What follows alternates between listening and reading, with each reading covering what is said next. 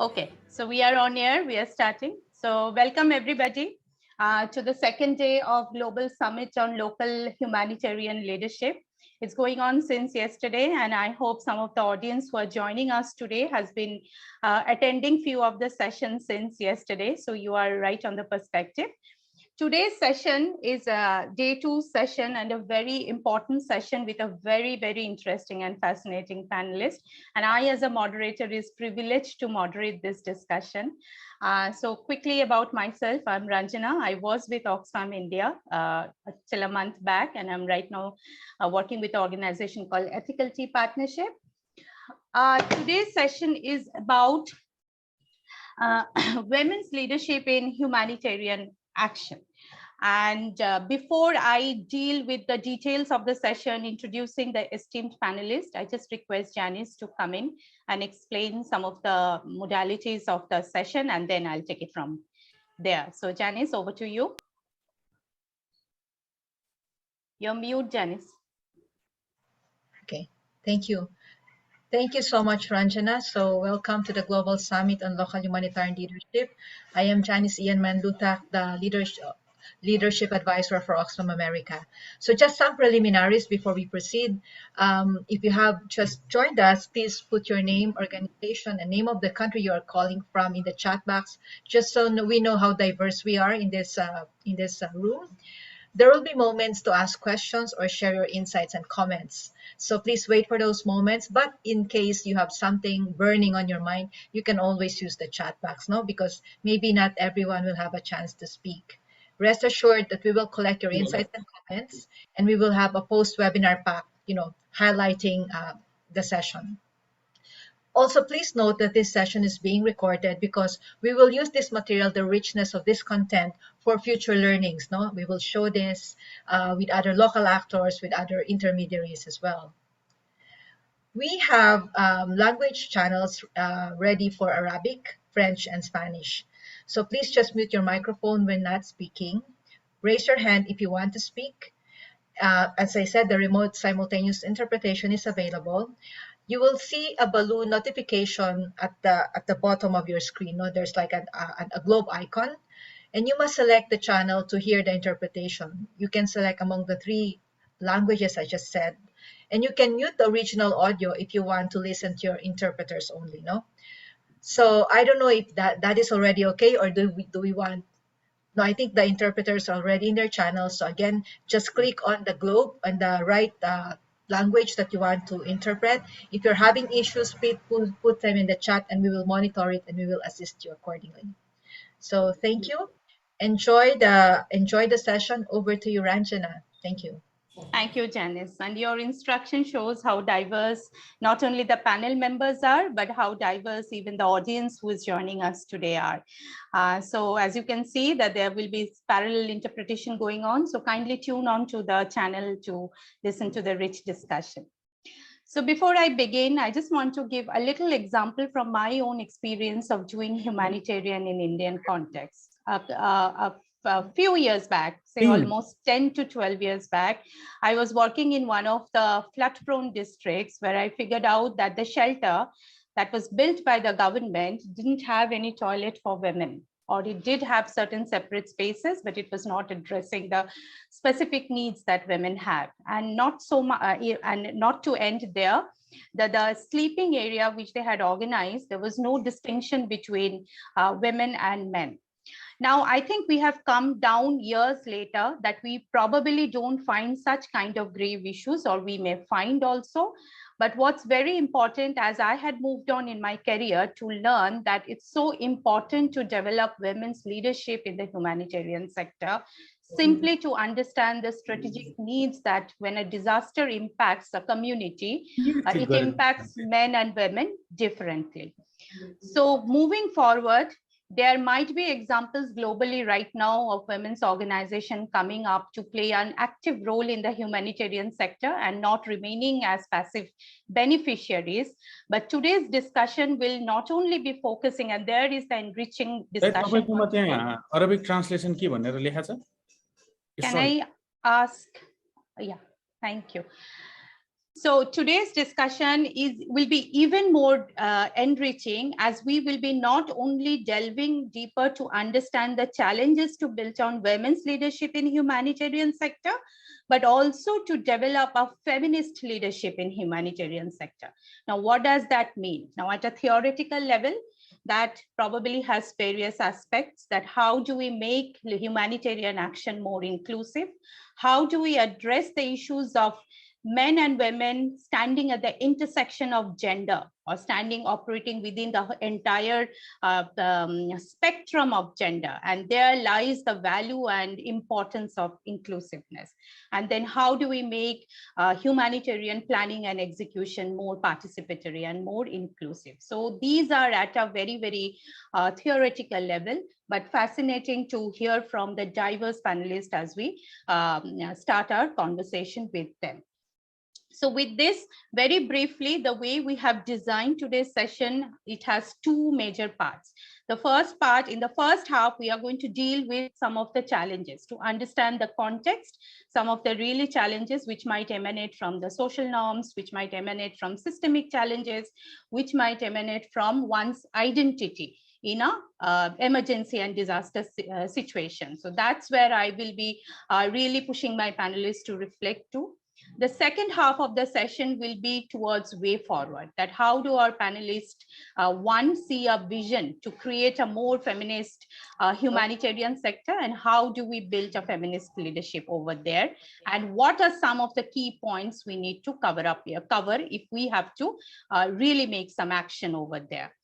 And in the end, I'll request all my panelists to give one, call to action globally, so that all of us can adhere to it and move forward. So this is how the session is designed. We have also planned for a plenary discussion, and as and on the discussion goes on, I'll see if after the challenges section, if there are certain critical questions that are coming up. And I really urge my audience to please engage with all the panelists, because in today's world, it's very difficult to get a diverse set of very experienced panelists sit together and talk about feminist leadership in humanitarian sector. So please engage with us in the conversation. So after the challenges section, if we have time and critical questions coming up, we will address them. I'll request the panelists to address them.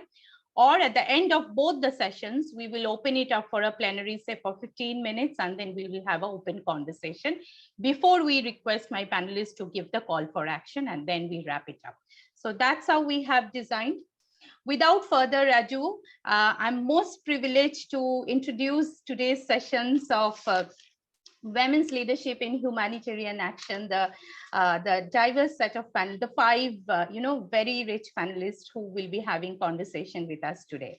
So Shakrti Gurung, who is the Executive Director for Center for Disaster Management Studies and representing from Nepal. And from each of the country, you will see how, from Asia to Europe to Latin America, we have, panelists sitting with us today. Shakti is tuning in from Nepal. Then we have Gloria, Patricia, Vergara, who is the technical director for APOYAR. And when I reach out to Gloria, I'll request her to give a brief about her organization.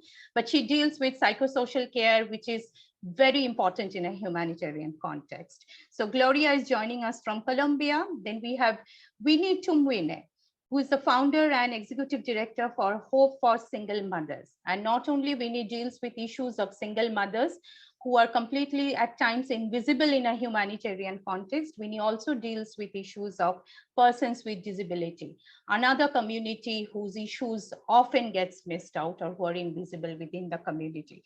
Winnie is tuning from Rwanda. We have Isikeli Vulavou, who is the CEO of Pacific Sexual and Gender Diversity Network, joining us from Fiji and dealing with issues of LGBTQI communities, one of the communities about whom we'll be speaking at length today, and within the humanitarian context. And last but not the least, very important, joining us from Palestine, Alia Arasauli, and representing a sector which probably now requires to play a very active role in highlighting humanitarian issues and way forward, which is media. So Alia is a part of Feminist Humanitarian Network and Shashat Women's Cinema in Palestine.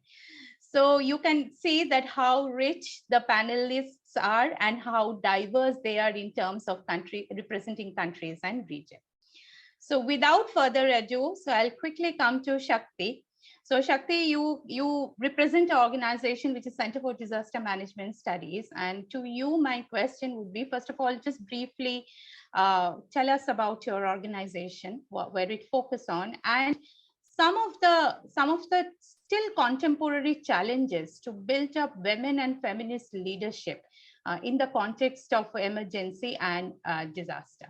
And just to manage the time, I'll request my panelists to, keep their first intervention from 5 to 7 minutes. So over to you, Shakrti. Okay, thank you very much, Ranjana, for this opportunity, and namaste to all the panel members and participants in this session. I'm Shakrti Gurung, and I'm participating from Nepal. Talking about my organization, it's a Center for Disaster Management Studies, and it's a women-led organization, and most of women in the decision-making position in the board as well as in the executive part in the secretariat. So CDMS is working in the area of disaster risk reduction and humanitarian response since 2007, and it especially focuses on the women leadership role in the DRR interventions, humanitarian response, climate change, and its other thematic areas. So this is the brief introduction about my organization. And regarding the questions about the major challenges of to develop the women's and the women-led organizations' leadership role in humanitarian sector, actually in the context of developing countries like Nepal, we have lots of problems, lots of challenges, so many challenges. But here I would like to highlight three major points that prohibits our leadership role in the humanitarian sector. The first one I would like to talk about is the women's leadership role in the political level also. In the political level here in Nepal, like from the national politics to local level politics, we have a very less representative of the women leaders in the political structures here in Nepal, because women normally do not get chance to participate or to represent in a very decision-making positions here in Nepal. And we have a very few women here in the decision-making position in the political structures, and most of them are in a deputy level positions. So this is the major point, like when they are not in the leadership position, they are not in the leadership or decision-making role of the policy-driven structures related to disaster risk reduction and humanitarian sectors. And it's a very tokenistic representation on only quantitative type of, no qualitative type of. And this is the major problem here in Nepal. I want to highlight because what we have here is like the national level government, the province level government, the local level government. They are responsible in formulating the DRR related policy planning and the humanitarian action related policies and planning. And when there is no representation from the women, and when there is no women leaders in the decision making position, in the good position, the plans and programs are always very GC insensitive, and the plans are always not adequately addressing the issues of diverse need of the marginalized people during the emergency context. The another point I would like to share is like our socio-cultural context here in Nepal. It's a male-dominated society still we have, and the networks, the feminist activists, they are not well acknowledged by the society yet in our country context. There are so many good networks, platforms that are leading by the women activists, but the big agencies, the councils who are working in DRR, in humanitarian response at the national level, they are not inviting any of those platform members that are leading by the women in the important discussions while formulating the strategies related to humanitarian programs. So this is another challenges here the women are facing. And especially in the rural districts and rural areas of Nepal, some women leaders, they want to come out, they want to raise voice as activists, and they want to engage in the humanitarian response activities. But due to our social structure, due to their gender role, their family pressure, they are always very much discouraged to come along and participate in this kind of leadership role, even in the grassroots level. And this is same from national to very local and very grassroots level here in Nepal. And regarding the civil society organizations also, as I'm also participating in I'm working in the civil society organization, that we have a very few women professionals who are in the leading position in the civil society organization, like NGOs, INGOs, and other institutions. And this is why, because we are not so much, acknowledged, and we are not accepted in a leading role by the male-dominating agencies. Actually, I would like to share. And the third point here I would like to share is, our local level representatives who are elected women representatives actually, and who are responsible in policy making and planning and implementing those policies related to DRR or related to every sector, related to emergency planning. They are not well capacitated, because they are always not able to access to those capacity building opportunities. Most of the time, the male members who are leaders, who are in the leading positions, they are taking those opportunities. So the women leaders and from the local level government and the local level organizations, and the women from the grassroots level, they are normally not getting any access to the capacity capacity building opportunities. This is why they are always sitting behind, and they don't understand the DRR and humanitarian related policies. They don't understand about the planning. They do not understand the budget part, and they don't have access to budgetary information. And they want to come along, but they are not given a very enabling environment by the male dominating society and male dominating committees to hear their voice and take getting them engaged in the emergency kind of activities. So these are some examples that here in Nepal we are facing, the women leaders are facing, so that we are still very behind to develop our leadership role in the humanitarian sectors. Thank you. Thank you, Shakti. That was succinct, very clear. You spoke about representation of women in the key decision-making roles, socio-cultural norms that restricts women, and capacity. When women are coming to represent local representative bodies, but their capacities are not adequately built, or investments are not made adequately to build their capacity. I remember a few years back when we were dealing with a flood situation, local women's organization, for them to even deal with finances during a humanitarian situation was something where we thought that there's much to be done over there. So thank you, Shakti. And since I am representing India, I cannot agree with you more that that's the situation across South Asia as well. So over to Gloria. Gloria, you deal with the issue of, you deal with the strategy of providing psychosocial care during a humanitarian situation, which is very much needed, but often is not built into while we do our planning. So much of the thrust in our humanitarian situation is how do we do relief, how do we quickly reach out with relief work and all, but then the impact on one's psychosocial domain is immense after a disaster strikes or an emergency situation emerges. So my question to you is that to what extent you see this impact, and how important and how difficult it is to build a component of psychosocial care during a humanitarian situation. So over to you, Gloria. And before beginning, if you can also introduce your organization and your work. You have 7 minutes, Gloria. Okay, by the time Gloria, okay, can we just then quickly, by the time Gloria comes back, just to save time, I'll quickly come to Winnie. Winnie, if you can, first of all, introduce your organization, what are you doing, and then tell us about the challenges of still making single mothers and persons with disabilities inclusive while responding to a humanitarian situation. So I'll keep it very short.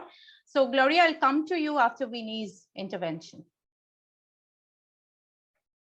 Thank you so much, Moderator. Good morning, everyone. Good afternoon. Are you hearing me? Yes. Okay. Janice? Okay, yeah. Okay. I'm called Winnie from Rwanda, Organization for Hope for Single Mothers with Disability and Feminist Humanitarian Network as a member. Let me talk about the organization. Our organization is for Hope for Single Mothers with Disability. When we talk about disability, I think we see people without disability. And you are facing challenges as the women in the humanitarian sector. Think about women with disability. So it's like double. So we started up our organization by looking about those people who we are not considered in the humanitarian sector. So our organization, the most objective was to build the capacity of single mothers with disabilities to secure livelihood, to actively promote inclusion, diversity, and highlighting specific needs for young mothers with disabilities.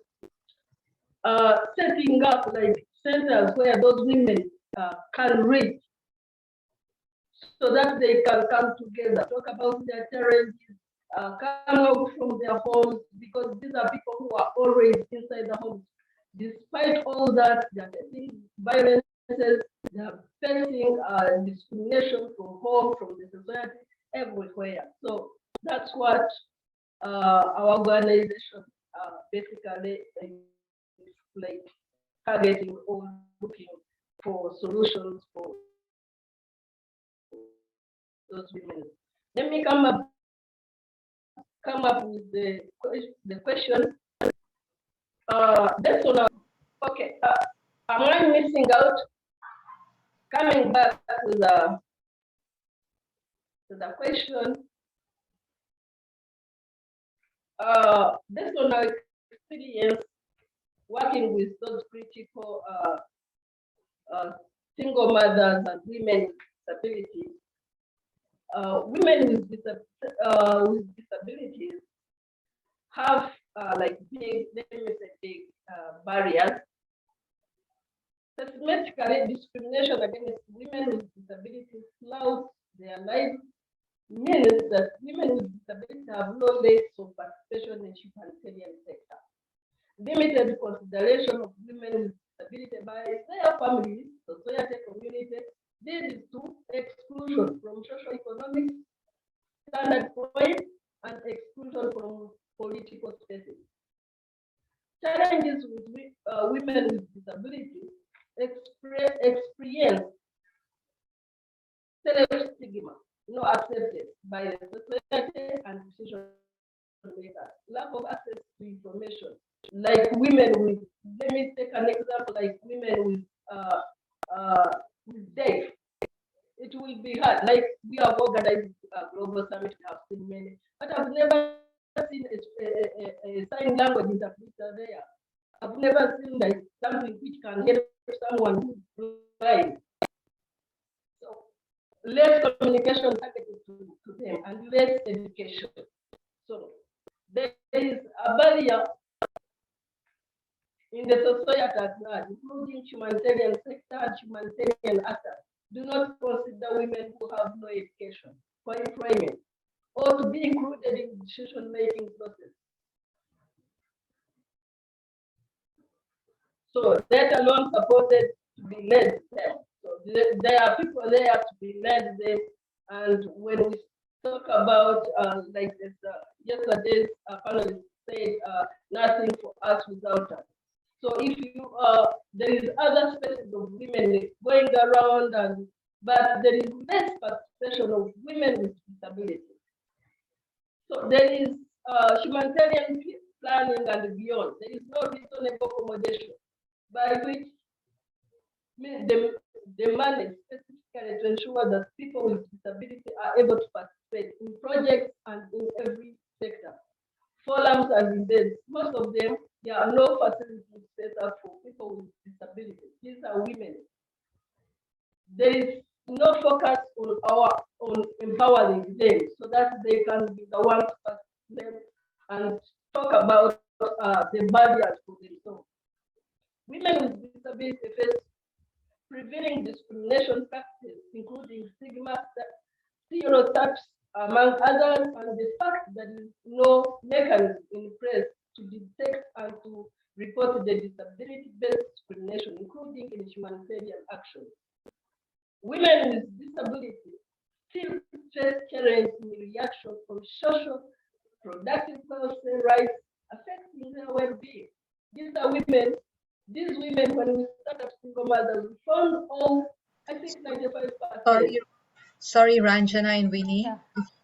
It's really a bit difficult. Yeah. I'm seeing a lot of chat saying that they can hardly understand Winnie. So maybe we can we can go to the next speaker for now, Ranjana and Winnie. If you can maybe find a better location with a signal near you that will not endanger you, as you look for it. Yeah. Yeah.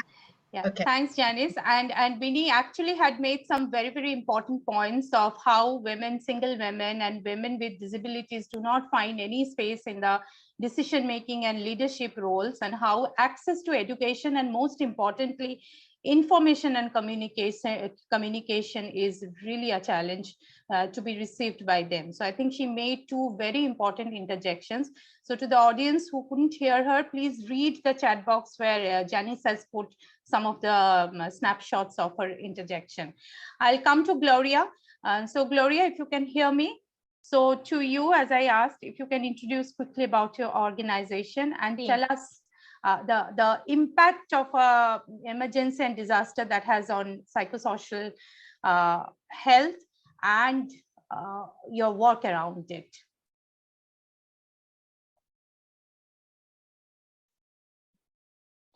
Bueno, es una pena que no me hubiesen escuchado hace un momento.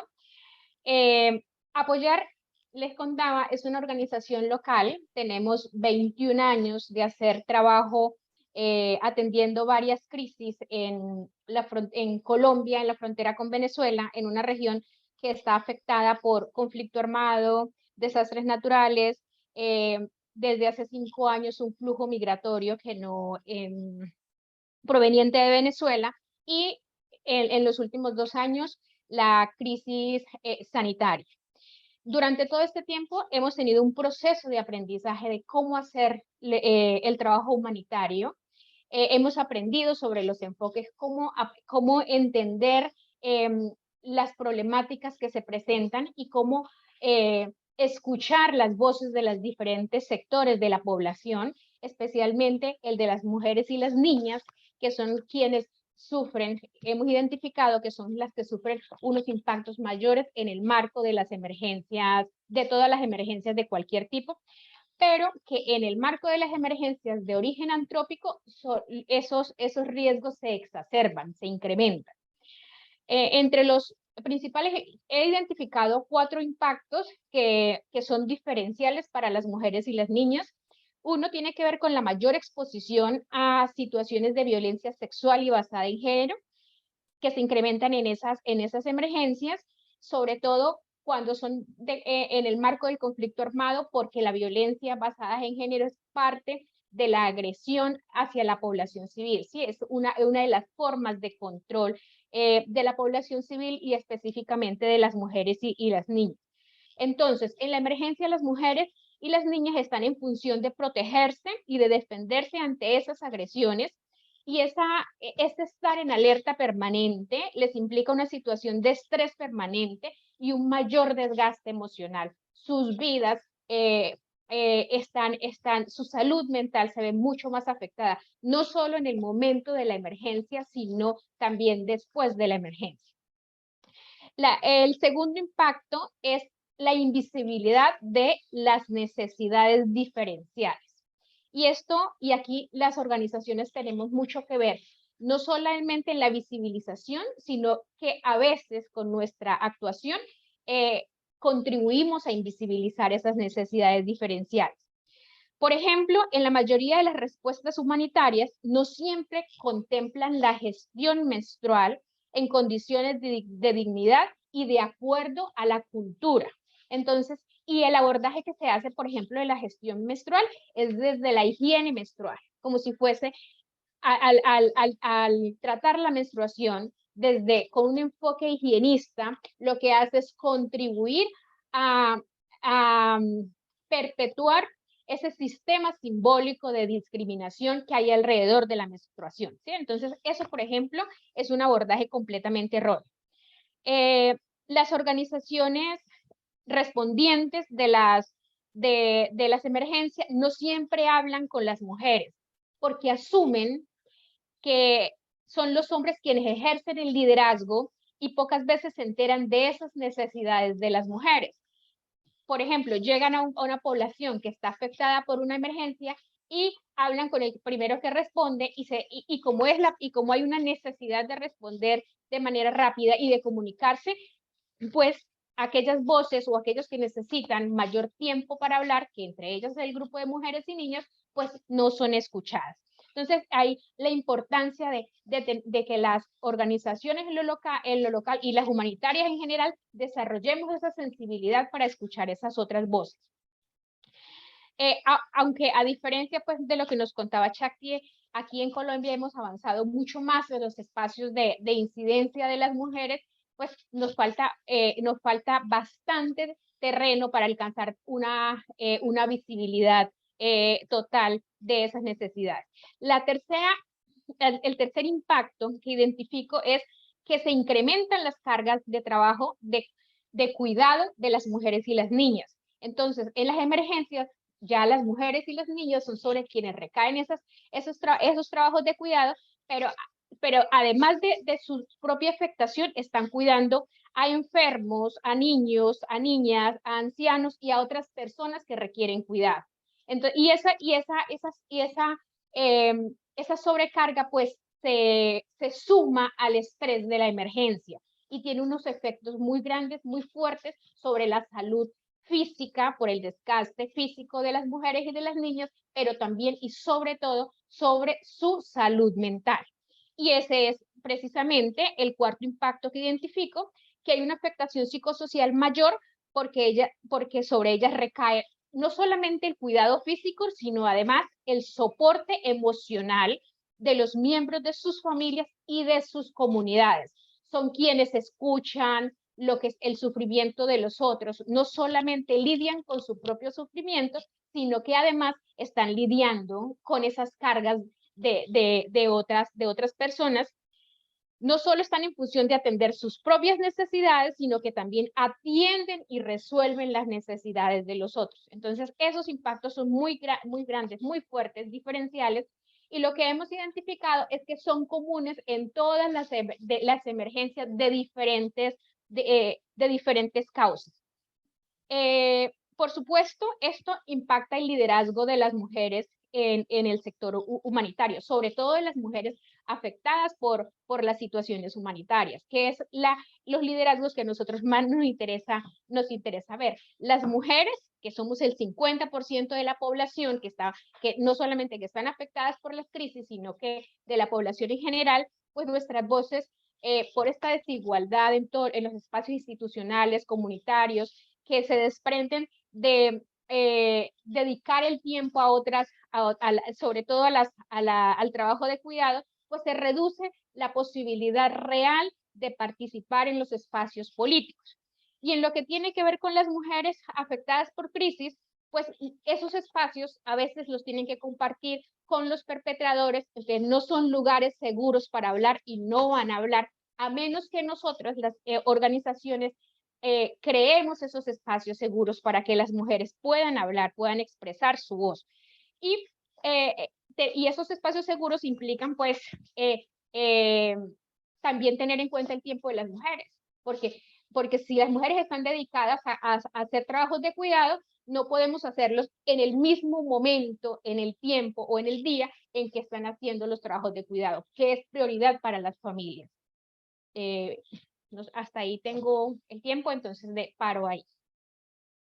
Thank you so much, Gloria. I mean, this is something very, very important that you have introduced to the discussion. Now, even the understanding of the impact, psychosocial impact of a humanitarian situation. There are two things that Gloria has put on the table, and I'll really request audience to engage with her a bit more. One is the range of disasters or humanitarian situations, starting from flood, cyclone, conflict, natural disasters, health pandemic, we all are collectively surviving, to armed conflicts. And little is our effort to understand that what impact they have on mental health, on psychosocial aspect of a human being, especially women. And then she has introduced a very important aspect, which is gender-based violence.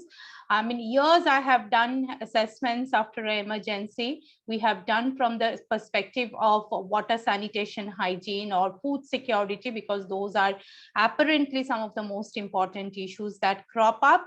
But what Gloria introduces is a very important aspect of how gender-based violence becomes a reality for women and girls, for marginal communities, and how these issues goes completely unnoted. So this is high time that we start building these and mainstreaming these issues, starting from the assessment and then building our interventions. Thank you, Gloria. So I'll quickly go to Isikeli, Ivy. So Ivy, if you can introduce your organization and tell the audience the social taboos, the challenges in nurturing leadership from LGBTQI communities with whom you are very, very closely working. So you have 5 to 7 minutes, around say 15. So yeah, to Ivy. Thank you, Ranjana. Bulavinaka and warm rainbow greetings from Fiji. I work for the Pacific Sexual and Gender Diversity Network, or PSGDN, which operates as a network which brings together 14 LGBTQI+ organizations from across 14 Pacific Island countries. We provide technical support to LGBTQI+ and other relevant groups to advocate and educate other community members here in the Pacific, including governments, parents of LGBTQI people, teachers, faith leaders, about the LGBTQI community and our issues. We also provide a mechanism for the exchange of information and technical expertise between and among its members. And we also act as a regional forum, providing our members with a collective voice to pursue our goals in regional and also global spaces. And we also do foster respect for individual rights, beliefs, religious and social and cultural practices, and to contribute to the healthy development of personal and communal identity, particularly in relation to sexual orientation and gender identity. And we also adhere to and promote the Georgia Carta principles among the Pacific Island states, as these principles embodies international human rights standards and the application to issues of sexual orientation and gender identity. I'm also representing the Rainbow Pride Foundation, which is a national LGBTQI organization in Fiji, which also advocate for the human rights of LGBT persons here in Fiji, and they also do a lot of work around LGBTQI rights and equality, social justice, health and well-being, economic empowerment, and social inclusion in climate justice and disaster risk reduction. Okay, in relation to the question that have been posed, I think one of the major challenges that LGBTQI people in Fiji and the Pacific are not engaging as leaders within the humanitarian sector is because of the lack of community acceptance. Okay, for people of diverse and sexual and gender diverse sexual and gender identities in the Pacific. This is also an issue that's treated as a taboo. Not many people or families discuss this openly, and those challenges will end only with the changes, of course, in our community attitudes. Okay, most of the DRR and the humanitarian actors in Fiji, they work within smaller communities, and they do so with the permission and cooperation, of course, of the community leaders. And this often poses a challenge for LGBTQI people engaging effectively in that space, or participating in decision-making spaces, let alone being leaders, because some of those community leaders do not recognize them as LGBTQI people. They just treat them as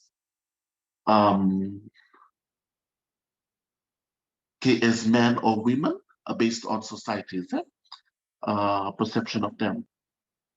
While there are changes in the policy and practice within the DRR and humanitarian organizations are necessary, broader change is also needed. Okay, so we need to change the social and gender norms for LGBTQI people to be able to reach their full potential and engage in the humanitarian space. Okay, and parallel support for community organization at national and local levels will also help prepare the ground for LGBTQI people inclusive DRR and humanitarian programs. And related to this, there's also some of it that's related to the faith. There's a role of faith of LGBTQI people not being able to engage as leaders in this particular humanitarian space, because often LGBTQI people are scapegoated or blamed for disasters occurring in Fiji or in other places around the Pacific, and I'm sure that the situation is the same in many other countries across the world. So because to avoid being scapegoated by the community and also leaders, faith leaders, they often avoid engaging as leaders in the humanitarian space. Evidence, before 2016, there was no LGBTQI organization in Fiji or across the Pacific that was engaging actively in the humanitarian space, not until after Rainbow Pride Foundation partnered with Oxfam to carry out a research after Tropical Cyclone Winston, where all the issues faced by LGBTQI people were sort of unearthed. And this evidence or research provided the basis on which the Rainbow Pride Foundation was able to penetrate the humanitarian space and work with the humanitarian actors. The other point that I wanted to raise is related to coordination of DRR and humanitarian programs. Working with LGBTQI people who have experienced discrimination and marginalization requires a lot of trust building that is hard to accomplish in the rush of humanitarian responses, especially for external factors. If they descend in the aftermath of disasters, and it takes time to map local CSOs and to build working relationships. It takes time to connect with informal networks and build trust with individual community members. So inclusion of LGBTQI plus people and also for them to take or assume leadership roles will be more successful if longer term development and shorter term humanitarian programs are coordinated. Okay, one last thing that I would like to share is beyond protection in most of the experience of Rainbow Pride Foundation, there has been some resistance from humanitarian actors, those who have been in humanitarian organizations for long. They are seeing LGBTQI people as human rights people. Where are they coming to the humanitarian space? This is not a human rights. This is not a place where we promote human rights. So this is also one of the challenges LGBTQI people are finding it hard to lead in those particular spaces, because we are all still treated as outsiders, okay, as people who are not real humanitarian workers, okay, but are sort of human rights activists. Okay, so those, I think my 7 minutes is up. So that's all that I wanted to highlight for now. Thank you. Thank you so much, Ivy. And importantly, the last point that you are raising is very, very important. And that's what I started in the beginning saying, that some of the challenges are very, very systemic now. The very fact that this understanding that this is not a forum to raise human rights within a humanitarian situation response itself shows that we have to go a long, long way to build in the challenges that the LGBTI community face to play an active role in the humanitarian sector. Thanks, Ivy, for bringing those points up. I'll go to Alia. So Alia and we were having a very interesting conversation during our preparatory session about the, about the regionalism and how stereotypes are formed and all. So Alia, to you, you are engaged with a very important sector, which is media. And I come from India and I know what role media plays in building narrative and, to overturning politics also. So if you can tell us about the broad picture, do you see a role of media in shaping up the humanitarian narrative, which is, turning the eye to making it more community oriented, more community driven, and building women and feminist leadership over there from a narrative of that it's a disaster situation, people are victims, they require relief and they need to be saved. So where do you see media's role right now? And before you start, tell us about your organization as well. So you have 7 minutes, Alia. Okay, thank you. My name is Alia Arasubli. I am the Director General and founder of Shashat Women's Cinema, a 17-year-old organization working in Palestine. Our main office is in Ramallah and we have an office in Gaza. We reach all communities in the West Bank and the Gaza Strip. And we produce films, we train and produce for women, and we disseminate those films. I'd like today, my talk will be on of humanitarian aid. We all live in a state of crisis, North and South. Crisis is the ongoing state of affairs in all the world, and people fool themselves when they think crisis happens only over there, to us, in our post-colonial countries. The world at large is in the throes of major crises of economic hardship, food scarcity, deterioration in personal safety, increase in xenophobia, racism, and destruction of the planet. Emergencies are the overload surges that flares in this constant state of crisis, whereby an aspect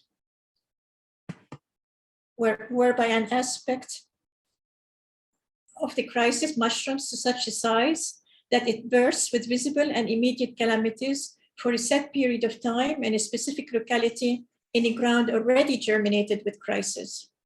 I may not be exaggerating by saying that crisis is man-made, and we in the South are the witnesses to the colonial fragmentation of our communities with random and artificial borders, pitting us against each other in the name of religion, ethnicity, color, geography, and language, for the old adage of divide and rule.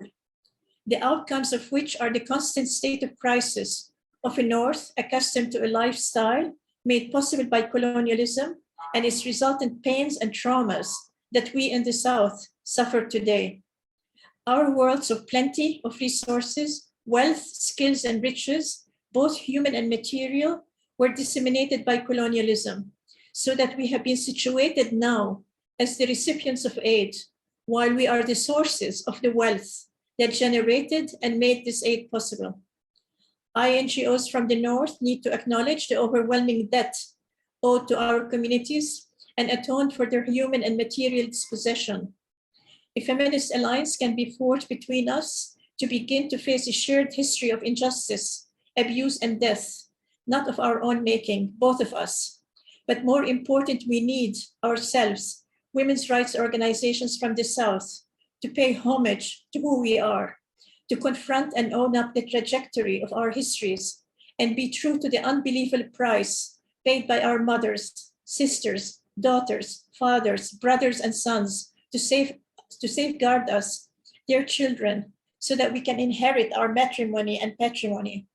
We need to value and validate those immense struggles and sacrifices over decades and centuries, and acknowledge our right to equal partnership, and not just partnership, but ownership of efforts to restore and heal our communities, building our strengths and fulfilling our needs. We need to know and see ourselves clearly, not as the recipients of what is called aid, but the rightful owners of it. A minuscule return of decades and centuries of human and material pillage, which has situated us and locked us in the conditions of crisis and emergencies that we are in now. This reckoning between us and ourselves, this reappropriation of our agency and rights is long overdue. The much touted grand bargain is small pocket change for the grand theft and the grand tragedy. Media can shift the discourse of the aspirin pill and the band-aid of humanitarian aid, the pacifier of and eraser of our histories and our rightful identities. Media can give voice and amplify all the gaps and failings of humanitarian aid, which has not built our community strength and protective measures to be prepared and able to withstand, weather, and even stop crises and emergencies. Media can unmask how humanitarian aid entrenches disempowerment, dependency, and victimization, while our path as feminist women's rights organizations from the South is to foster our community's agency, resilience, independence, and dignity. It's auspicious that we are living at a time when we can be nurtured by a strong feminist consciousness, which is shifting and overturning discourses and practices of power and redefining relationships. As we explore what is a feminist perspective and what implementation it sets in motion, we have to be worthy of and do justice to the struggles fought in most of our countries and in most of our communities by our foremothers and forefathers, successfully and not so, to keep us out of the jaws of colonialism. As South feminist women's rights organizations, we at the very least demand equality in the administration of this humanitarian system. A feminist crisis response is a holistic approach to crisis and emergencies impacting all members of a community, responding to and addressing the specific conditions and needs of each member, inclusive, not leaving anyone behind. Having said this, special attention should be paid to the needs of women, as in most of our communities, they have been conditioned to be less vocal, putting their needs last, and are socialized to now do not even identify their needs. A feminist commitment to dismantling power and all the oppressions in its path is the antithesis and antidote to crisis, emergencies, and to what is called humanitarian aid. Thank you, Alia. Alia, are you done? Yes, I am. Thank you. Okay, thank you, Alia. I mean, it was very important to, situate your entire interjection in a historical spirit of the North-South divide of understanding humanitarian in the global South. And then as you rightly pointed out, various roles of the media from, visibilizing the issue to also changing the discourse. So that was very important. So before I go to the second segment of the session, is there any question that the audience would want to engage with, which the audience would want to engage with our panelists? Janice has also written in that you can type it in the Q&A, or we can move to the second segment to the panelists. Janice, is there any? Yeah. Just a quick one. I think some people who went to the Spanish channel did not go back to the English channel, so now they're not hearing the audio. So for those who went to the Spanish channel, you can go back to the main room by clicking on your globe, the interpretation channel, and going back to the English channel. No? I hope that is sorted out. So please quickly just type if you're still not if that's still an issue, and we will try to assist you. Thank you, Ranjana. Thank you. Thank you, Janice. So I don't see any Q&A right now. So maybe I'll just quickly then go to the next segment and then loop back Shakti once again. So Shakti, now that you had very, very succinctly put few points on the challenges of building women and feminist leadership in Nepal context, with so much resonance with South Asia context also. So if you can broadly give few concrete, if I have to ask you, strategies and way forward, because I'll also come back to all of you at the end of the session on a big vision statement that is going to, foster a feminist leadership and also to bring out more and more women leadership in the humanitarian sector. So over to you, Shakrti. Okay, thank you, Ranjana, once again. Thank you. What I would like to say in the recommendation part, like to fostering the women's leadership role in the context of Nepal, it's always we should encourage the representation along with the meaningful participation of women in the policy level structures, because it is always a truth that we all have to move along with the policy. And here in the context of Nepal, like we have DRR and humanitarian policies from the central level, and the policy drive structures who will work for the other local level policies making and the planning of the emergency and DRR related programs. So my focus, being a women leader organization and also engaging with the women humanitarian and DRR platform and other networks, it is always very important that we advocate and we encourage for the women's leadership and women's meaningful participating role in the DRR structures. Like we have here in Nepal, we have national level DRR structures, we have provincial level DRR structures, committees, and we have local to the grassroots level committees.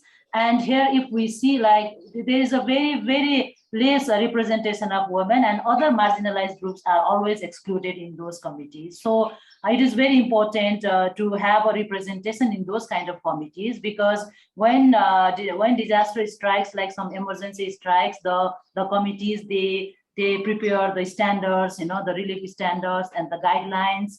For example, in COVID-19 in Nepal, like lots of women, they face the gender-based violence in the isolation centers, in the quarantine centers, because while making those plans and the management guidelines of those quarantine centers, the women were not representing in the committees who developed those relief standards and guidelines. So this is why the male leaders, they don't understand, or they don't try to understand the diverse need of women and other women, girls and other genders during the while they stay during the quarantine centers and isolation centers. So lots of rape cases also happened in the quarantine centers of Nepal. So these kind of these are the very sensitive thing, and only women and those girls and other people representing those groups, they only can understand these kind of challenges and problems during the emergency. So the participation, not only participation, the meaningful participation must be ensured in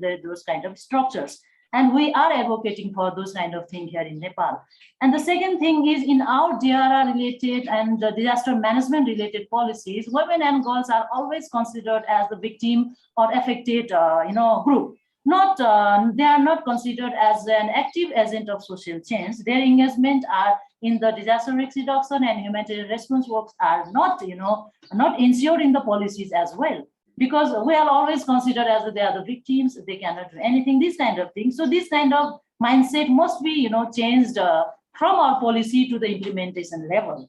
And another thing, I still encourage to enhance the capacity of the women leaders, the professionalism, and especially I'm talking about the women elected representatives from the local level, because they are directly working with the communities, because they are directly working with the grassroots level people, and they are responsible to develop and to design the emergency plans in their respective communities. So they must be enhanced, their capacity must be enhanced in the emergency context, like the human rights issues, like other friends also raise those kind of human rights thing, and the relief standards, and their knowledge and understanding on disaster risk reduction and the vulnerabilities of women and other marginalized groups during the emergencies. They must be aware and they must be sensitized, and they must be capacitated in these kind of issues, which always exist during the emergency context. So these things must be addressed, to foster the leadership role of women here in Nepal, so that we can have a very good emergency management during the emergency context. Yeah, over to you, Ranjana. Thank you, Shakrti. And Shakrti has been time and again from her first intervention, she has been putting lot of stress to the fact that the representation at various structures, starting from policy making to local GRR structure, the representation of women and marginal community has to be enhanced, which is a very, very important point, with the understanding which she herself has built in the beginning of her speech, that there are socio-cultural barriers which we need to overcome to enhance women's and marginal groups representation. I just have a quick question to Shakrti before I go to Gloria. Shakrti, do you think resources play an important role, that during the peace time, because you have also spoken about capacity building, starting from how do women come into planning, strategize, handle finances and all. Do you think that the development organization must put on resources to build women's organization and women groups capacity during the peacetime, so that they are able to play what you call is a meaningful role when their participation and representation is enhanced? Yeah. Absolutely, Ranjana. Maybe I missed this important point. Yeah, definitely. In my first question, I have also mentioned the women's access to opportunities, and opportunity means it's also access to the resources. And as you said, yes, definitely the development partners, the donor agencies, they must adhere these kind of issues of the women organization, and they must design their resources in such a way that women-led organization and women leaders can play a very significant role during the emergency management time. And when we talk about the local level institutions, and especially the local level government sector, there are there are lots of women representation in the committees, but in a very not in a decision-making role, and there are very less JC responsive budget allocated in the local levels, and this small part of the JC, small part of the resources cannot make a big changes through the JC sensitive programs in the local levels also. So this is not only problem with the organization that are leading by the women, the civil society organization, but this same thing is happening in the government institutions who are working locally at the local level. The budget in the resources is very less. So this must be improved in the national level to the donor level planning. Access more resources to women-led organizations. Thank you, Shakrti. That is important. So to you, Gloria. So Gloria, you had very critically built in the issues of the psychological impact of disaster. So if you can tell us that how important do the development organization, donor organization, find to build this component of providing psychosocial care during a humanitarian situation? What has been your experience? And then if you can tell us about some of the way forward to build in this strategy as a part of doing humanitarian. Bien, bueno, el tema psicosocial es un tema que no es abordado ni por las organizaciones humanitarias ni por las organizaciones de desarrollo con la centralidad que debiera tener, ¿cierto? Y es que se descuida. Primero, en lo humanitario, la mayoría de las organizaciones piensan en entregar elementos que cubran necesidades básicas, sin entender que la salud psicosocial, que el impacto emocional es básico también para la supervivencia de las personas. Como no se ve, digamos, en el corto tiempo, o el personal de las organizaciones no está entrenado para verlo, pues lo desestiman. Y ese desestimiento en las personas afectadas por crisis humanitarias, pues le va a implicar un daño psicosocial, no solamente el sufrimiento en el corto plazo, sino un daño psicosocial y de su salud mental en el largo plazo.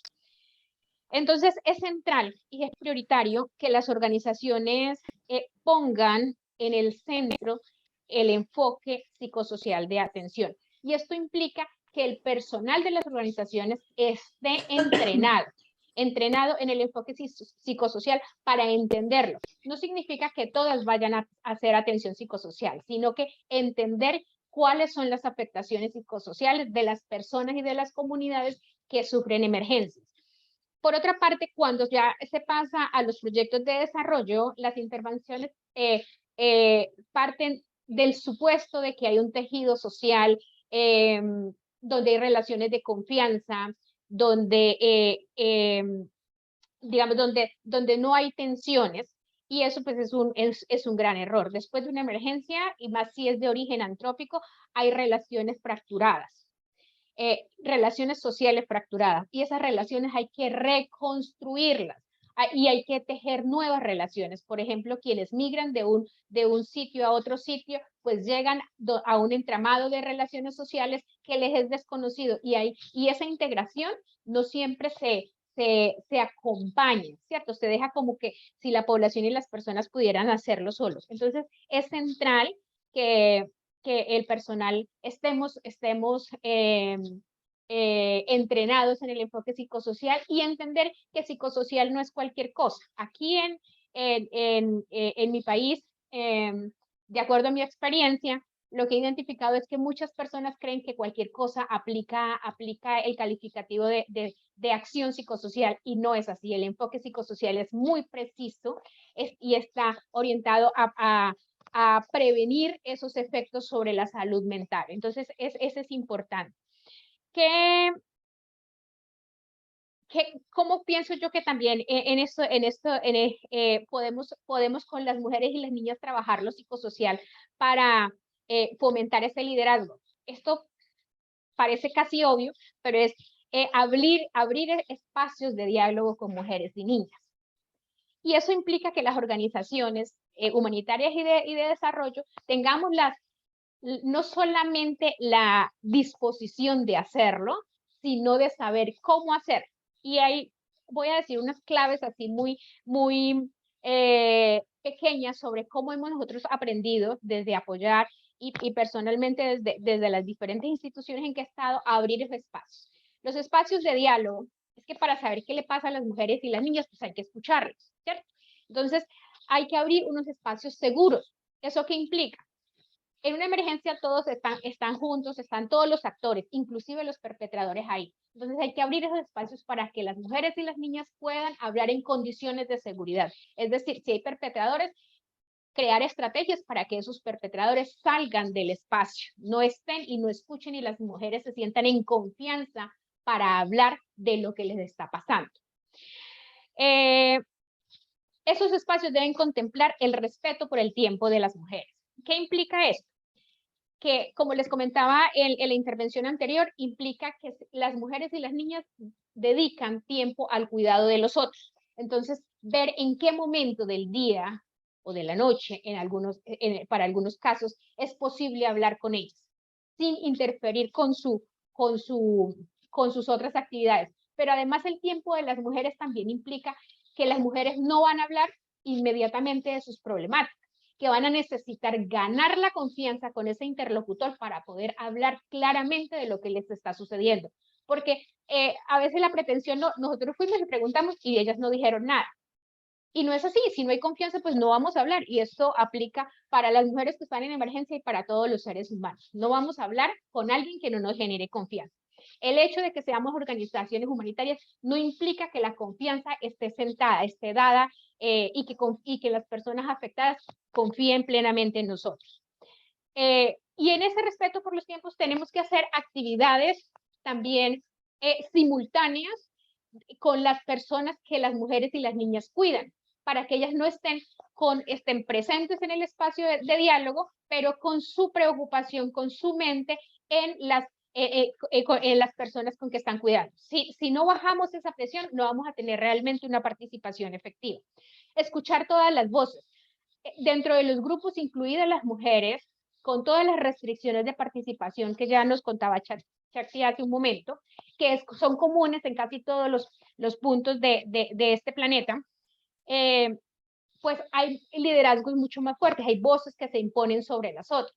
Es cómo hacemos visibles todas las voces. Dentro de un grupo de mujeres, generalmente cuando hay minorías étnicas no son escuchadas, cuando hay personas con orientación sexual diversa tampoco son escuchadas, cuando son campesinas, sus voces son más tímidas. Entonces también hay que hacer hacer ese ejercicio de escuchar todas las voces. Esto implica entrenamiento y eso es importante. Y Shakrti también ya lo decía hace un momento, cómo nos cualificamos nosotros las organizaciones para desarrollar esas habilidades de escucha plena, y no perpetuar el escuchar siempre las mismas voces, para poder lograr la participación efectiva y plena de todas las mujeres, para poder entender qué le pasa a las mujeres y a las niñas de una manera mucho más comprensiva, más amplia, para entender más profundamente las problemáticas.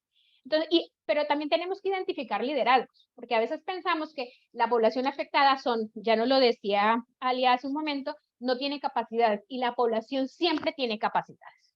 Hay que partir de que dejar esa relación vertical que a veces tenemos los que ayudamos, de creer que somos mesías y que tenemos las soluciones, y entender que las mujeres tienen unos liderazgos, tienen unas capacidades y esto tiene que ver también con la recuperación temprana en lo emocional. Cuando las personas tienen control o participan en la solución, empiezan a sentir que tienen control sobre las situaciones que los afectan. Y esto es una de las a lo que debe apuntar la atención psicosocial.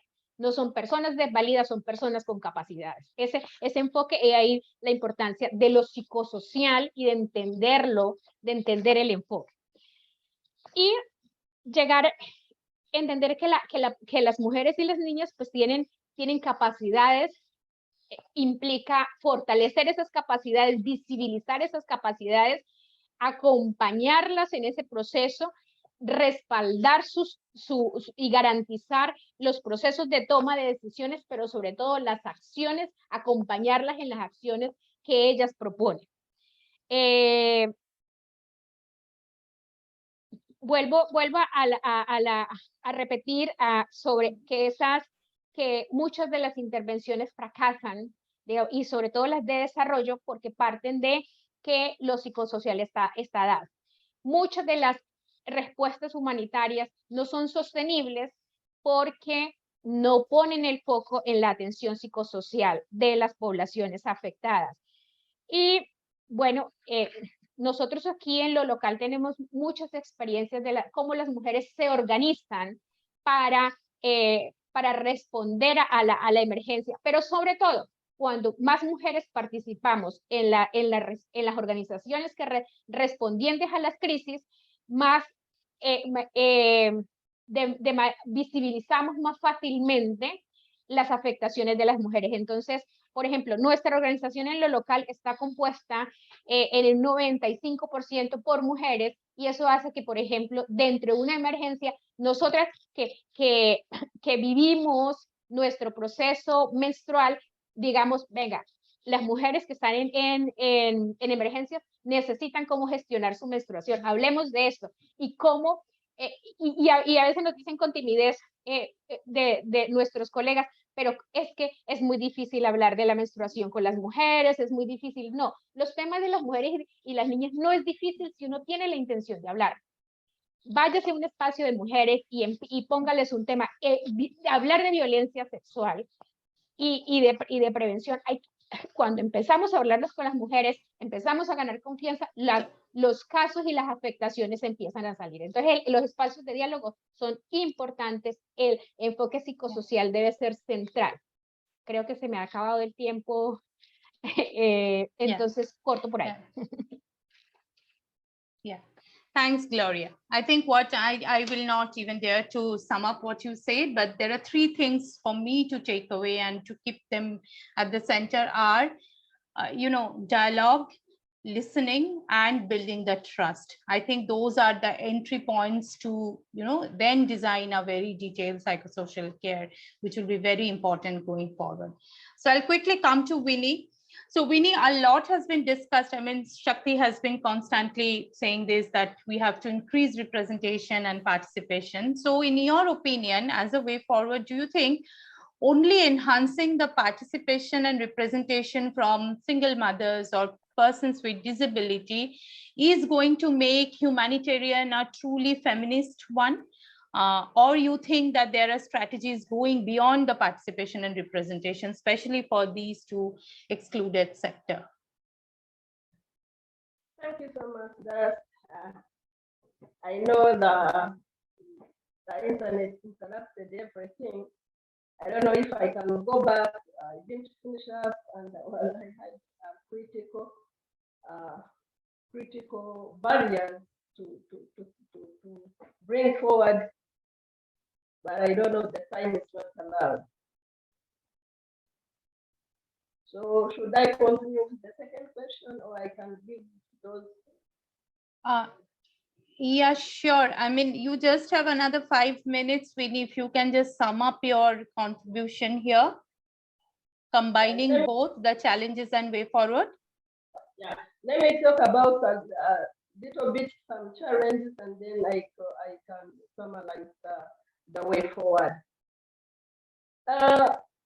Single mothers with disability have the challenges in relation to sexual and reproductive health rights, affecting their well-being. Like you find some hospitals are not accessible; they don't have accessibility, good accommodation for the women with disability. This is where some people who take advantage of them, like in sexual violence, rape, those cases, they are being not given out because they can't reach to those. They can't access those health centers. Maybe long distances. These are people who are using wheelchair. Those people who have blind. So those people with deaf, blind, and the sign language is the one to help. But you find all the parish facilities, health centers, they don't have that there. Another crisis or another challenge, facing discrimination and exclusion in decision making and humanitarian planning. You find they are not given, they are left out, and they have strong voices. They put out what we want, but you find when the policies or whatever they are making, you find they don't have that space there. They are left there, they are being left out. Let me go way forward. Women with disabilities are doing good work in the communities, systematically ensure that nobody is left behind. Our organizations are taking responsibility of defining those who are discriminated against and who need support, both in emergency and beyond. We have supportive models of work, working together, and use kind and caring approaches to ensure that those we work with feel at home and powerful to use their voices. Even how to ensure that specific needs of all people are addressed, mostly women with disability and this even single mothers, that everybody receives information and is communicated with, and therefore receives humanitarian assistance that is right for them. Feminist humanitarian action is needed. Action that is inclusive means that all women have seat at the table, and women with disabilities are among those at the head. Additionally, humanitarian strategy must be long. We must recognize that long-term challenges is needed for fair and just humanitarian response. They should be included in all the sectors. Women with disabilities must be educated, empowered, involved, so that our crisis hits. We are already in leadership positions.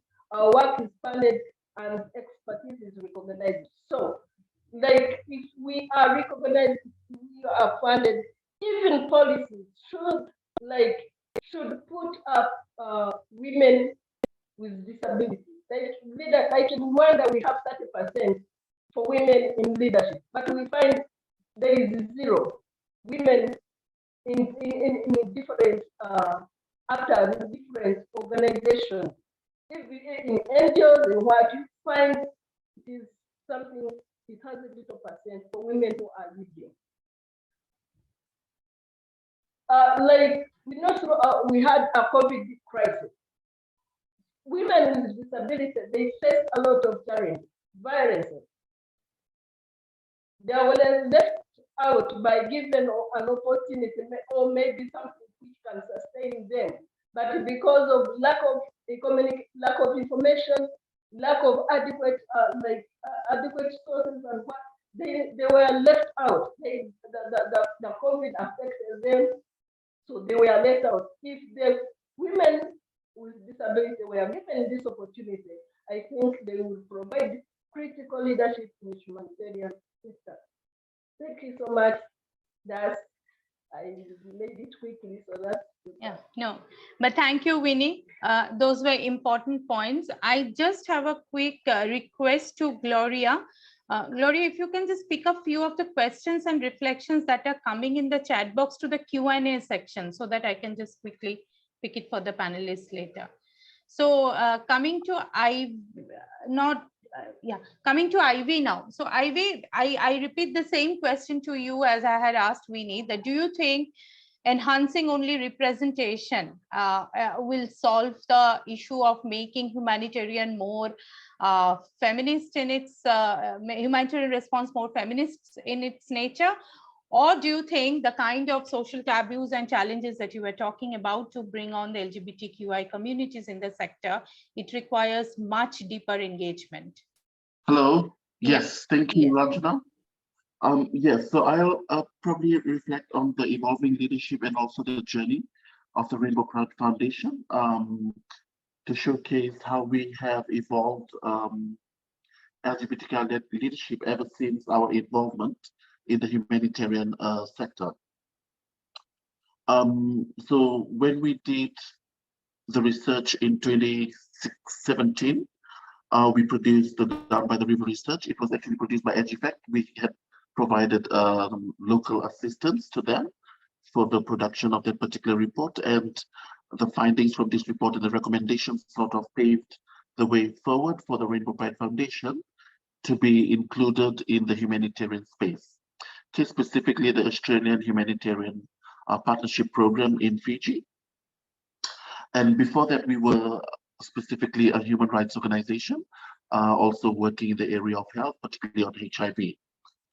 So our introduction our introduction into the humanitarian space sort of opened many doors for us to do work with a new set of partners that we have never worked with before, and also allowed us to reach communities that we were not able to reach before, because most of these humanitarian actors were sort of, their development programs and humanitarian work was sort of focused in villages and settlements. And this was like an opportunity, a great opportunity for us to be able to reach these groups that we would have not reached, just operating as a human rights or HIV focused organization. So through this door, we were able to push for SOGIESC inclusion. SOGIESC, this is sexual orientation, gender identity and expression, and sex characteristics. So we were able to push for inclusion of SOGIESC in both in the DRR and humanitarian system through our engagement in the Australian Humanitarian Partnership, or AHP. So our role within that, when we were first invited to be part of it, was to provide technical advice and support, for all humanitarian actors. So we were really grateful, and it was also a learning experience for us, because this was the first time that an LGBTQI organization was engaging with humanitarian organizations. And this AHP program is made up of about 8 Australian NGOs and 10 local civil society groups.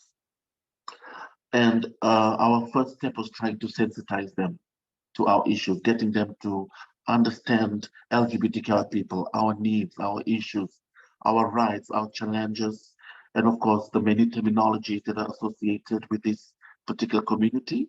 So that was the first sort of step that we took to try and get these humanitarian actors to work closely with us. And our focus on them was to, the reason we were focused on them, because they were once reaching those communities that we did not have access to, we wanted to build a capacity around SOGES for them to be able to reach those communities and ensure that LGBTQI people are not left behind in their development work, and more importantly, also during the humanitarian crisis. And it sort of just evolved from there. And when we were developing our, under that program, we were working in consortium, and we were developing joint programs. And our inputs were specifically needed in developing SOGES inclusion indicators, ensuring that whatever programs that were being implemented by partners were also addressing the needs of LGBTQI persons or SOGES persons. So we ensured that SOGES indicators were part of the GESI, the Gender Equality and Social Inclusion indicators that were part of the monitoring and results framework for the AHP. And like my sister had mentioned, from Nepal, our inclusion in this program allowed us to also provide submissions to the National DRR policy and also the National Disaster Management Act review. So we were able to spotlight and push for LGBTQI people to be named as one of the key affected populations when it comes to humanitarian crisis. We were invited to be part of clusters, the UN cluster groups and also the local cluster groups, protection cluster, cash working groups, health, GBV, and mental health and psychosocial support. So through these clusters and through these interagency task forces, we were able to, of course, push for SOGES inclusion to be part of the work that they do. Okay, and within the AHP, there was also other partners focused on women, people with disabilities, and also children. So we formed what we call the GENC working group. And this group were invited by humanitarian partners to conduct GENC trainings. Here we also sort of included SOGES issues to help build the capacity, of course, of our partners to be able to do GENC, to ensure that GENC was a key component of their humanitarian work.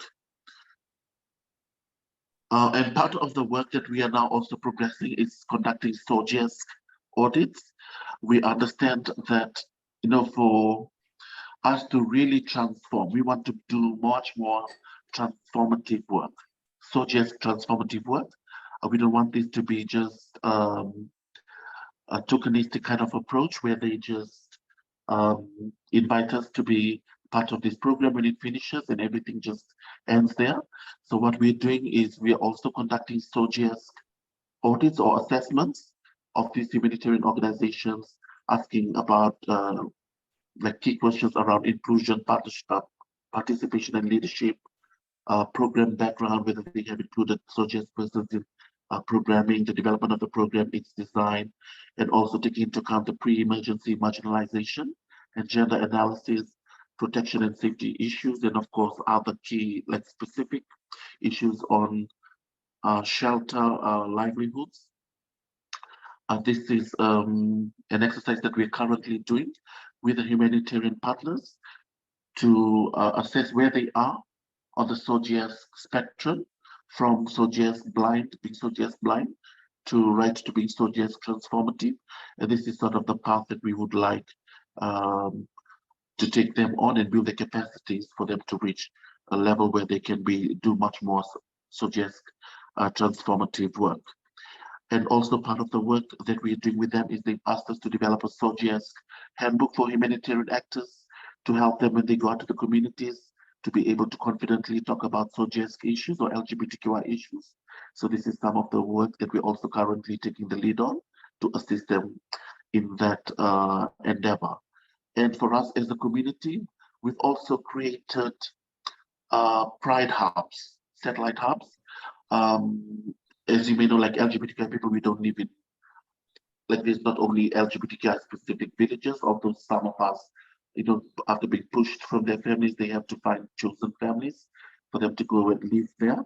But we had created these geographical satellite hubs for LGBTQI people, which we can use to disseminate information, collect data, and also distribute humanitarian supplies.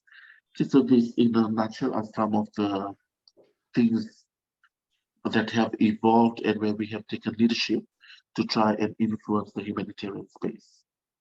Thank you. Thank you so much, Ivy. And I'll just borrow an expression from your intervention, which is making humanitarian sector more transformative. While we are here talking about building feminist leadership, it's also very important that from the socially excluded communities point of view, how do we make it transformative? And you have briefly touched upon all the strategies, starting from intervening into policy spaces to creating pride hubs and making LGBTQI communities issues visible. Everything will remain very important, and an important message that the entire development sector who are doing humanitarian need to now do two things. One, open up to various partners who bring in this socially excluded communities perspective, and to constantly build their perspective and understanding so that it now becomes truly transformative in nature. Thank you, Ivy. So I quickly come to Dr. Alia. So Alia, now I am putting the question in a very simple form, but I'm sure you will come up with a beautiful expression that where do you see media's role in making humanitarian sector more feminist, more transformative? And the second part of that question is our own work. We are a medium-sized Palestinian women's cinema organization, which works on the grassroots levels in the West Bank, the Gaza Strip, and Jerusalem area. Our aim is to promote a diverse and contemporary Palestinian culture. In our work and daily life, we cannot ignore or sidestep 74 years of dispossession and nearly half a century of occupation. So we live in a constant state of crisis and emergencies. In the context of our activities, such as film training, production, and dissemination, we prioritize the safety of our staff, our beneficiaries, our equipment and offices, everything that makes our lives and work possible. Daily arrests, killings, Israeli army incursions into communities, settler violence in the West Bank, added to bombings of the Gaza Strip between wars, have mandated the modus operandi of rescheduling and relocating our activities whenever and wherever possible. This depletes our material and human resources, demoralizing us in adjusting action plans and engaging in budget reallocations with donors. We incur extra expenses for safe transportation, additional communication, loss of materials and supplies, and last-minute cancellation fees for activities with no quote-unquote output, which makes them quote-unquote ineligible expenses. We creatively circumvent the 15-year-old siege of the Gaza Strip to send equipment and supplies to and from Gaza, maintaining our office there to sustain our programs and activities, ensuring that cultural life and gender awareness nourish people's souls and their will to flourish. Our activities generate income for people, mainly women, alleviating their status, visibility, relevance, and weaving networks of belonging and hope between our two fragmented geographies and political systems. We have responded to the emergencies resulting from two wars on Gaza with a 2014 damage assessment survey to the Gazan audiovisual sector. And in the 2021 war, we compiled damage assessment to 47 cultural and community organizations we work with of small damages of broken windows and doors, cracked walls, and damaged water tanks, which are not covered in humanitarian aid and fall in the cracks of big reconstruction schemes, but which people need immediately and can barely afford in order to continue their daily life. No funding resulted from our two damage assessment surveys, as we were not considered a humanitarian organization. We documented what others chose to delete from humanitarian responses. We also provided small cash grants to our women filmmakers in the Gaza Strip and their professional crews and cast. They did not classify as people in need in the humanitarian lexicon of hierarchy. As creative people, they are gig workers with no stable source of income. They emerge from 51 red-hued, timeless days and nights of earthquaking, shelling, and bombing, days that what they saw and tried to make their children not see. Some lost members of their family, part of their homes, and felt abandoned. No one could help anyone as everyone needed help. They depleted their stock of food supplies of flour, rice, sugar, legumes during the war. But what they and their children craved most were fresh vegetables, fruits, medicine for their elderly parents, infant milk, and diapers.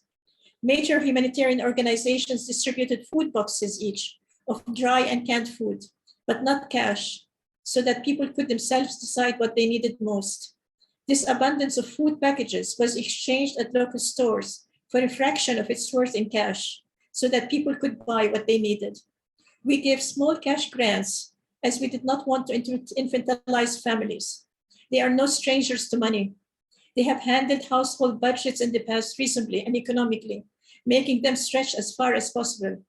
Why did humanitarian organizations assume that in emergencies they would lose that skill and their priorities and splurge and waste that money? On the contrary, they made that amount of cash stretch farther and longer than any humanitarian organization. They didn't have to beg for their needs. They had the dignity of deciding their needs and meeting them. The current humanitarian system uses tools and processes that uphold barriers for women's rights organizations in the global south from accessing funding directly or much funding at all, ignoring our leadership role on the front lines of crisis and emergencies. They make us invisible, as well as our communities. Local women's rights organizations have to be at the head of the decision-making table of humanitarian aid, determining our priorities in an intersectional approach where everyone's experience and expertise is recognized. Thank you. Thank you, Alia. This has been beautiful. So that brings us to the end of the challenges segment of the discussion. I can see a few very important questions that have come up in the Q&A, and I'm just reading two questions which has just popped up and requesting. One is for Ivy, and the other one can be picked up by maybe Gloria or Shakrti if you choose to speak on this. So the first one is later this year, the FCDO hosts a conference on prevention of sexual violence in conflict contexts. So can the panelists share any views on what should be the priority issues to raise with UK or other donor governments in relation so that they can best channel support to local grassroots groups and networks that support survivors to violence? So any reflection on this particular one? Do you want to give some comments on that quickly? And I am cautious of time that we have 4 to 5 minutes left. So Gloria, do you want to reflect on this, that what should be the focus on the FCDO conference on prevention of sexual violence in conflict contexts? Or any other panelists? Yeah, Gloria. Bueno, sí. Ok. Bueno, hay una cuestión y es que en la mayoría de las acciones de prevención, y esto va mucho también a responder una de las preguntas que hacían en el chat, están orientadas al fortalecimiento, por ejemplo, de las mujeres y de las niñas sobre sus derechos y esa prevención de la violencia sexual y basada en género recae casi que en las mujeres y en las niñas. Es decir, se está dejando por fuera el involucramiento de los potenciales perpetradores, que son los hombres. ¿Sí? ¿Cómo involucrar en esas acciones la reflexión con los hombres sobre esas violencias que ejercen sobre las mujeres y las niñas? Pero no solamente sobre las mujeres y las niñas, sino también sobre población con orientación sexual diversa. Creo que se ha hecho un esfuerzo que no está mal en que las mujeres y las niñas y la población con orientación sexual diversa entendamos cuáles son nuestros derechos.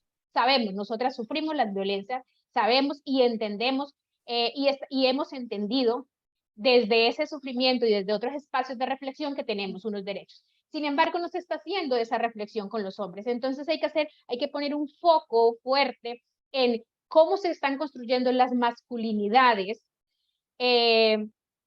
para que haya una reflexión y para que los hombres puedan comprometerse y tomar acción en las transformaciones, porque nos estamos quedando, con el énfasis solo en el trabajo de prevención en mujeres y niñas, estamos quitando la responsabilidad en los perpetradores, y eso es la mitad de la tarea que lo que hay que hacer. Entonces creo que en ese sentido tenemos que dar el paso a la reflexión con hombres en todo su trayecto vital, desde la niñez, los hombres niños, hasta los hombres adultos. Termino por ahí. Thanks, Gloria. Maybe I just request the person who has put the question, Howard, to please engage with Gloria on the specific question that you put on. There's another question, maybe Ivy, you can quickly reflect on, are you aware of any global or regional funds? Like there are feminist groups like Global Fund for Women or Mama Cash, who basically funds directly to local LGBTQI networks. And do you think that they are robust enough to cover the issues? Yes, there's a lot of feminist funds that also support work that's currently done on DRR and humanitarian action, as well as climate justice. So some of which you have named, and maybe if he has I'm not sure if that's the right pronoun. If they have an email, I probably can send a list of organizations that provide funding for such organizations. Sure. So I again request Howard, who has posted the question, to directly contact Ivy, so can have a chat on this.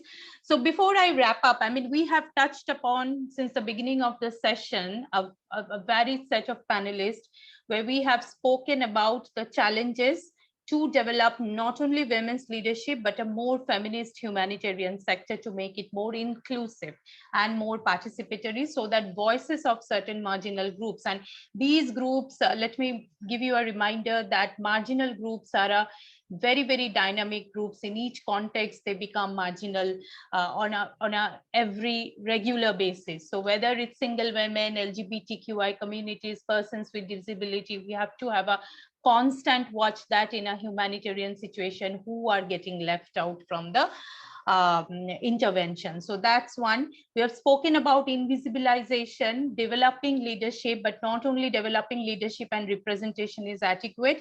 Our panelists also have touched upon how important it is to address socio-cultural issues and engaging men and boys in the discourse of building feminist leadership. And then we have spoken about representation and, most importantly, the role of media, which is very, very critical in today's world. So before I conclude this, a very quick reflection, maybe in 30 seconds, and that's the beauty of making a pitch also. So Shakti, your take on how do we make the humanitarian sector more feminist and transformative? Quickly. Thank you, Ranjana. Actually, I have shared all my views and opinion, and in the last, I still insist on access to more and more resources to women-led organization, and not only in the CSO level, but at the local government agency level also. The national government must allocate enough resources to implement the JC-related activities. And we are here, I would like to share that we are here in Nepal. We have a few women networks who are working together. So the solidarity of the different networks leading by the women activists is very important, because it can bring some kind of change in the society and change at the policy level also. So the solidarity is very important, and they can do some emergency response also during the time of emergencies, which we are practicing here in Nepal. In the recent flood, we have responded, the single women and lactating mothers, the three networks, we jointly worked together. So solidarity and access to resources, not only to CSO level, but at the government level, these all kind of things, can definitely, help in accelerating the women's leadership in humanitarian action. Thank you, Shakti. Solidarity, resource, representation. Gloria, quickly. A last vision statement to make the sector transformative. Yo he identificado 4 puntos. Uno es la disposición de las organizaciones a aplicar un enfoque feminista y decolonial. Y las razones para que ese enfoque sea feminista y decolonial, Alia nos ilustró bastante sobre el tema, porque es que la ayuda humanitaria, la intervención humanitaria, como la de desarrollo, tiene un enfoque colonizador. Y eso, nosotros que estamos que somos los receptores de esos recursos, también tenemos que hacer unas negociaciones con los donantes para que la visión sea menos colonizadora y más transformadora. Lo segundo, básico, es entrenar al personal de las organizaciones en el enfoque feminista para entender las condiciones estructurales de las desigualdades de género, pero no solamente entrenar en el enfoque feminista, tenemos que entender el enfoque interseccional, qué es lo que nos profundiza esas desigualdades y nos invisibiliza a la población. Y tiene que ver con el enfoque de diversidad, de discapacidad, enfoques étnicos. Y ahí la tarea es grande, porque esto implica compromisos personales y compromisos organizacionales en ese sentido. Lo tercero es la acción, reflexión, acción. Es decir, hablar de lo que hacemos, como por ejemplo en este espacio, ajustamos y vamos nuevamente a campo y seguir reflexionando. La acción humanitaria no es solamente acción, es también reflexión. Y lo cuarto es tener acceso a estos espacios de incidencia. Nosotros somos una organización local pequeña aquí en este territorio, y gracias a Oxfam, aprovecho para hacer el reconocimiento público a Oxfam Colombia, que nos abre estos espacios para compartir este conocimiento, para estos saberes con ustedes y con los demás colegas y panelistas que aquí están, es importante. Y también hacer incidencia en los temas que nosotros hemos identificado, pero entender esos temas que para ustedes son críticos en los territorios de ustedes y que también nos aporta a las acciones. Entonces dejo por ahí esas 4 formas como podríamos transformar la acción. Thank you. Winnie, your final comments, point, short. Thank you so much, Dem. Let me just thank you so much for allowing us to be on this panel again. I would say that the humanitarian sector be inclusive to each and everyone. Women with disabilities, but all intersectionality, like everyone should be there and presented.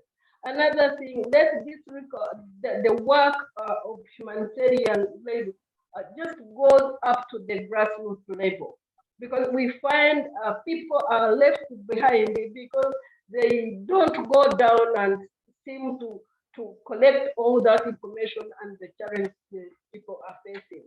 Another thing, I think this work, like women with disability or disability people, some of the people complain about they can't include them because they are so expensive and so on. But when we don't include them, we are leaving everything behind.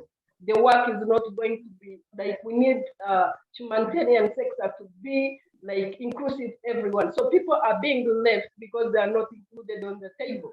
They are not included in the planning process, everything. So when we address all that issues and we bring everyone on the table, I think some of the issues will be captured. Thank you so much. Thank you. Ivy, your quick reflection, and then Alia, I'll request you to go on. Thank you.